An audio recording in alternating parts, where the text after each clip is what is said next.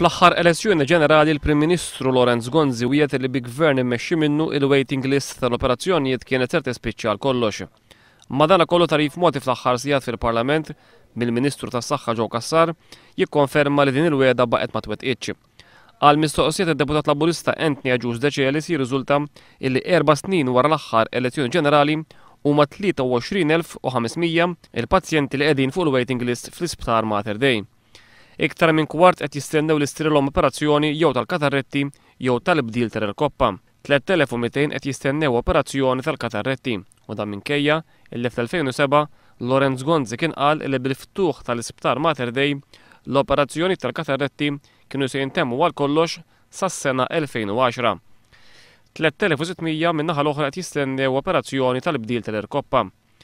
1560 qed jistennew li stililhom CT scan. Hemm 2700 illi qed jistennew MRI. Fl-istess ħin 5800 qed jistennew biex jagħmlu ultrasound. Fl-aħħar 12 sena in-numru ta' pazjenti fuq il-waiting list iżdiedu b'iktar minn 5 darbiet minn 4998 għal iktar minn 23,000 din is-sena.